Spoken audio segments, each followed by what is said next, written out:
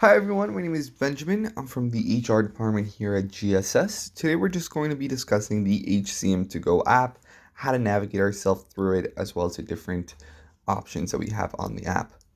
So first, when you log in, you're going to be seeing the region and company short name. All this information should have been sent to you already. For the region, it's going to be North America. And then for GSS, our company short name is G3023. Next, we're going to select continue and going to put our username and password. Our username is typically our first letter of our first name capitalized and then our entire last name with the first letter capitalized as well. Your username should have already been sent to you via an email as well as text message. If you haven't received it or would like to receive it again, please feel free to contact the HR department. For your password, the first time your password is going to be used as the social security number linked to your account.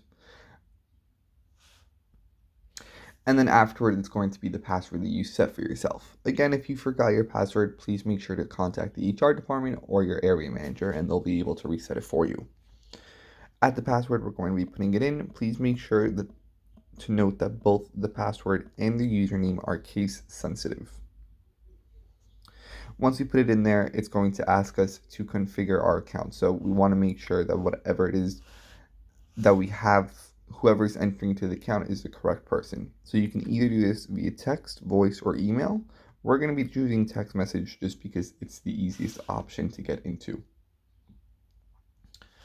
You're going to confirm that the last few digits on the text message are the correct number. So 6851 looks right to me.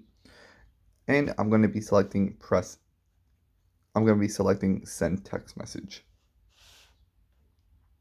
So now I received my text message and I'm going to be putting in the code that I received. Then, to make sure not to do this again in the future, I'll be selecting this button, making sure again that in the future when I log in, I don't have to verify the phone again. Then I press continue. And at this point, I'll be logged into the app. I'm going to be giving it all the access that it needs. And now I have been signed into the app. As you see on the first page, you have the My Clock section. This is where you're going to be clocking in and out of your job. The first time that you're going to be going into your site, you might need to change your job location. So if you have to do that, you're going to be selecting the Change Job Location button and then moving to where it says Browse. Here you're going to be able to browse all the different sites that we have as well as a GPS section.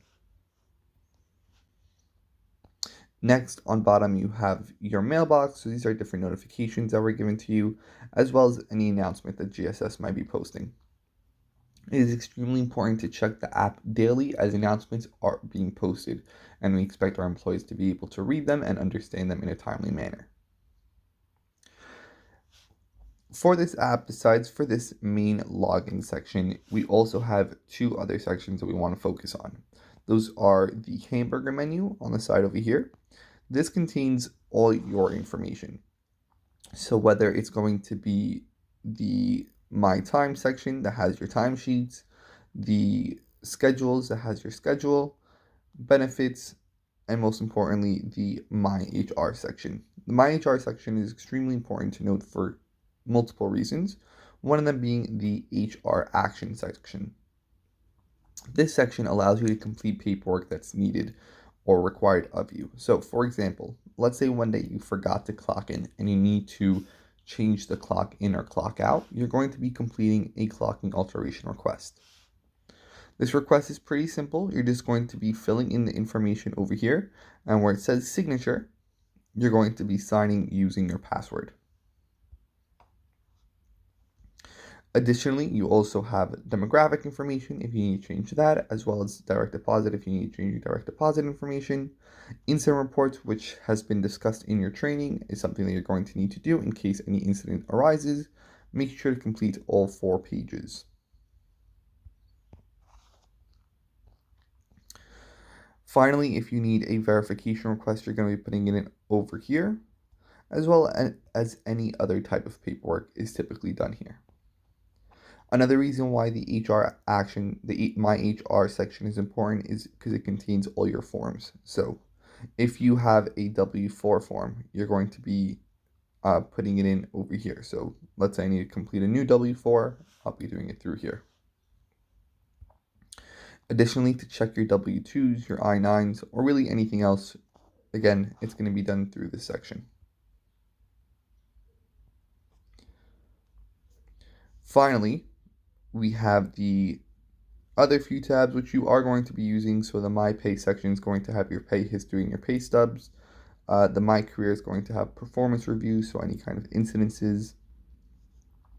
My Company is going to have the company document, so anything that involves the documents that we have on file. And finally, the My Reports has any saved reports that you have on file.